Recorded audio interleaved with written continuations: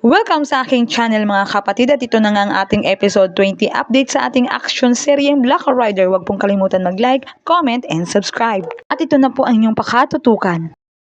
Tuloy pa rin ang bakbakan sa pagitan ng mga pulis at grupo nila Calvin, ngunit napatumba rin ito ng mga pulis sa pangunguna nila Hepe Ricarte at Paing. Sa safe house naman ay naroon din si Black Rider na ipaglaban para mailigtas sa kamay ng mga sindikato ang mga testigo at muli niyang nakaharap dito si Calvin at nasabi ni Black Rider na hindi si Calvin ang sadya na doon. Sa isang tabi ay naroon ng mga kababaihan, hagapos ng mga kamay at pinag-initan ito ni Nolan.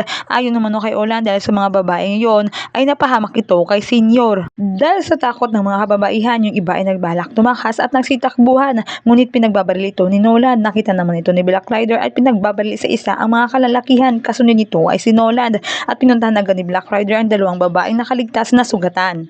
Maya-maya pa'y dumating na sina Hepe Ricarte, Paing at mga kasamang pulis nito. Naabutan nila si Black Rider kasama ang dalawang sugatan na bihag. Pinaubaya ito ni Black Rider sa mga pulis at nagkausap na huwag pabayaan ng dalawa at siguraduhing ligtas ang mga ito.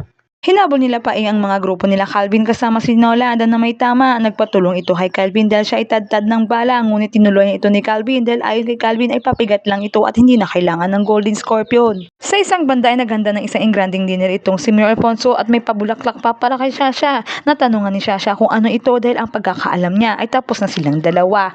Ngunit nakiusap si Mayor Alfonso na kung pwede na magsimula sila muli ng maayos at tinanggap naman ito ni Shasha. Ngunit sa likod ng pagsang-ayon ni Shasha ay naroon ang pagbanta niya kay Mayor Alfonso. Ayon kay Shasha, mas mabuti ito para mabilis ang pagpatay niya kay Mayor Alfonso at hindi ito paghihinalaan. Sa bahay ni Edgardo Magallanes o kilalang senyor ay kabado ito dahil sa hindi kasiguraduhan na patay na itong si Nolan. Ayon kay Calvin na posible raw umano mabuhay pa yun dahil sa ulo niya raw ito binaril. Sabat naman ni Edgardo, hindi ito mapanatag hanggat hindi niya nakikita na patay na talaga itong si Nolan dahil pag nabuhay itong si Nolan ay siguradong ilalagrag raw umano sila nito. Yan naman po mga kapatid at makakabangan ng mga sumusunod na pangyayari. Maraming salamat po sa panonood.